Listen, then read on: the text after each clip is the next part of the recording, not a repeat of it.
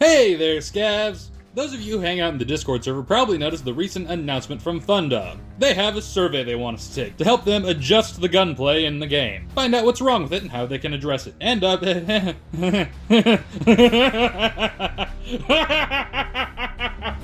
we all have our thoughts, right? So I figured we could go through the little survey together as I give my answers and maybe elaborate a little bit on the questions that they've asked. Because I personally am not super satisfied with how this survey was laid out, and we'll get into that as we go through it. So, this is starting with the very first question. Where should the game's firearm handling land overall? And that's kind of vague, isn't it? Because there's a lot of ways we could take this. I'm going to go out on a little bit of a limb and say they probably mean things like weapon sway and shot dispersion.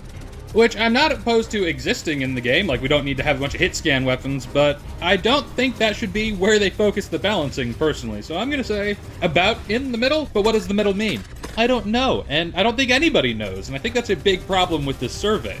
I mean, they say they want to analyze the data at the end of the survey period, but there's just not enough specificity here to really get anything out of this question. It's all subjective vibes, and everyone's gonna have a different idea as to what somewhat in the middle means. But I'm just gonna go out on a wild limb that's entirely speculative and say that somewhat in the middle is about where like spray and dispersion is currently sitting in the game, which I'm okay with. Then next they have another question. They ask what style of firearm handling fits your playstyle the most, and well, like Paul Harrell would say, if you don't have time to aim, you don't have time to pull the trigger. But generally, I'm pretty fast and dirty. Like, you miss all the shots you don't take, right? So you can make up for a lack of precision with volume of fire in close ranges, as he who shoots first wins. And that's not really an option in terms of the answers here. It's just entirely vague again. What do you mean by easier and harder? Again, I can only assume we're talking about, like, weapon sway, which, if you're subtle with, is a fine feature, but I think is really easy to make just super janky and ruin the experience. Precise aiming is difficult when you've been doing vascular exercises. Your body's moving, you're breathing, you're probably under stress. It's difficult. You do sway, you make bad decisions, but you don't just go, which is how most video games will try to handle it. And it's silly. We're not shooting like we're drunk, right? So I guess I'll just give another neutral answer about in the middle. But again, what do they mean by this? Then they ask how the guns in the game feel currently, and listen, if we're talking about sway and dispersion, I think they're fine. But if we're talking about just how I would talk about gun feel, they're a bit problematic. None of the sights work. Well, that's hyperbolic. Plenty of sights do work, but a lot of them are really janky and screwed up. Like, okay, I was so excited to see the Walter MPL in the Forever Winter. You have no idea. I saw that and I was like, yes! Oh my yes! I want it now! That's one of the things that drew me to the game. It's the sexiest gun in the Mexican Navy, don't you know? And then I got it, and look at this! Look at this bullshit! What is this? What the fuck is this, Fundog? And you still haven't fixed it. I'm mad about it. So by that standard, and that standard alone, I'm gonna say currently, it's not forgiving enough, and it's a bit too difficult. Because, what the shit, guys? Then they ask, generally in shooters, what kind of firearms handling do you prefer? Whether a bit easier or a bit harder? Again, I don't know what they mean by this, but I'm going to say I like things to be a bit more skillful, but not in the way that the Forever Winter has guns implemented. I like, as I think many players will be familiar with in other games, when you have like long-range weapons will actually have proper scope sway on them. Because, as I mentioned, aiming accurately and precisely is difficult, particularly when doing vascular exercise. I mean, this is why we have bipods, but that's beside the point. And, there's really no good long-range options in the game currently. Like, the closest we have is 4x scopes on things like the R11 or an SA-58 or a SCAR if you're into that. The heavy rifles, as they are currently implemented, suck. Like, they just don't work as snipers' weapons. And that's the only category where you'd really want to see a lot of difficulty added in. Or maybe it's with the grenade launchers. A little less precision with the grenade launchers could, you know, balance them out a bit. I don't know, that might be a bit of a hot take for the grenade launchers, since they already have a totally gimped ballistic arc. Generally, I don't think it's a good thing to put barriers between the player and the weapon they're using. Weapons take a lot of time and effort and energy to build up the skill to use in real life, but your character did that for you. Like, that's the whole idea of living vicariously through a digital game, right? So this is a difficult question to answer because, again, what do they mean? What do you mean, Fundog? And because I don't know what you mean, I'm just gonna have to be neutral again and say prefer balance, because that's the only thing that kind of makes sense. Then they ask which sounds more appealing, weapons that require more deliberate control or weapons that are easier to use under stress. And this makes me think they're gonna like cause delays with ADS. Like, you try to aim, but like there's a a bit of a second where you can't and everything, which, okay, no, that doesn't sound good, to be honest. That sounds like you're going to feel like the game's trying to dick you over when you're doing anything. And you should be punished for mistakes, not just for playing the game. If the player is reacting faster than their character is, there's a disconnect there, and it's not gonna feel good. It's as simple as that. Like, there's no way around it. And then they ask what's probably the most relevant question so far, of where should the handling go from here? Whether it should get easier or harder or stay the same. And maybe this is a bit of a controversial opinion of mine, but I'm gonna say it's doing alright where it's at. The guns, in terms of their, like, base video gamey handling, shouldn't change too much. I think they're actually in a decent spot, at least in terms of click and bullet goes direction. That's not the issue that the guns have. The real problem we have here is that most guns are just reskins of each other, and a lot of them don't really work right in terms of the end user experience. There's issues, there's broken sights, there's like weird customization issues, and I think that's what needs to be addressed. Then they ask how much weapon handling difficulty are you willing to accept if it improves tension? A little? If it's within the bounds of realism and what you would expect for someone caught in that situation. But honestly, not much. I'm pretty opposed to it as a concept. Let the player react. Make the world hostile enough that they have to react. But you're not going to surprise and intrigue players and draw them in by just dicking people over by saying, oh, nope, you're not allowed to respond yet. Nah, you can't aim, silly little goose. You had to turn 3 degrees to the left, so now you missed. No. Just no. Then they ask, in a firefight, which matters more to you? Player choice and a sliding scale down to weapon handling. And the answer is player choice. There is no question here. There is no doubt in my mind. If the game's guns just aren't working, then you're not allowing the players to actually play the game to the best of their ability. You're just saying fuck you and die. This is the Forever Winter. This is not Baby Steps. Fundog is not Bennett Foddy. This is the wrong vibe for it. There are times when a developer screwing a player over can work, when it's done deliberately and kind of lampshaded. That's why Baby Steps and Bennett Foddy's work generally works. That's how rage games operate. But an extraction shooter where there's punishment, you lose items if you die, you're set back, your progress is reduced. All of this just because a mechanic told you, nah, that doesn't feel good, and that's going to make players quit. Let people make mistakes. Punish them for their mistakes. Make them regret their mistakes. But let them be their mistakes. The players' mistakes, not the developer's mistakes. Nobody likes developer mistakes. Then they ask what aspects of the weapons matter the most to you, and you know what? I'm going to say none of the above. Like, these are all stats, sure, and I guess you could say which stats matter the most, right? But I think of all of this, this is not what matters most to the feel of a weapon. It's going to be their uniqueness. Weapons should feel distinct. Give them character. Make finding a new gun something exciting, a toy to play with, rather than just, say, a reskin of an AK. Because as is right now, the only difference between most of the guns, like take the rifle category for instance, is whether or not you could put certain modifications on them. Other than that, they all pretty much handle the same and do the same things. And this has been improving. Like, they've divorced the idea that all weapons of using the same ammunition need to do the same damage, which I know isn't realistic, but I think is a good decision from a game dev standpoint. Like, right now, the RPK, the 47 TYP, and the RPD all do dramatically different damage, even though they're all using 7.62x39, and that's a good thing. I think that actually adds to these weapons. But make it more than that. Make the TKB actually distinct. Give it its hyperburst feature. Like, take the inspiration from the real gun that it is, and add those features in. Its burst fire mode should be significantly higher rate of fire than its automatic fire.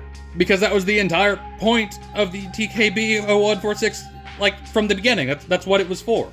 And if you want to talk about visuals, I think there are things that can be done. Like, for instance, the SAW, the Handguard D. I like the look of it. It's not a real one. It's arted up. It's made fancy. And that's cool. That's a good thing. It fits the vibe of the game well, but it doesn't absolutely break it like some other dumb guns. Yeah, I don't like the Painless. I think the Painless is hideous, but that's just me. And I think using real guns is a great thing for the Forever Winter. I don't want the sci-fi weirdo guns so much because I feel like that actually detracts from the gritty kind of realism of the setting. If you want to be down in the trenches in the dirt, fighting it out for survival, having guns that make sense, makes sense because people are trying to survive with them and you want something that works. And if you start going too sci-fi and silly with it, it really brings people out of the moment. It just becomes very silly and very hard to take seriously. But that's about all I have to say on the visual feedback standpoint of it. Then they ask some personal questions like how much time have you spent with the game?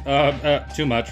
Too much. I can admit that about myself. And in what way do you usually play? And I play 90% solo. Hey, listen, scavs, I love you guys. I do often keep my squad open to the public. If anyone joins in, I will hang out, and I'll even hop into public matches myself sometimes, but yeah, almost all of my Forever Winter time is playing as a solo raider, and I like it that way. Then they ask in other shooters, what kind of handling do you usually prefer? And I feel like we already answered this question. I prefer slightly easier to handle, things that, like, make sense. If I'm aiming at a target, I prefer to be able to actually hit it.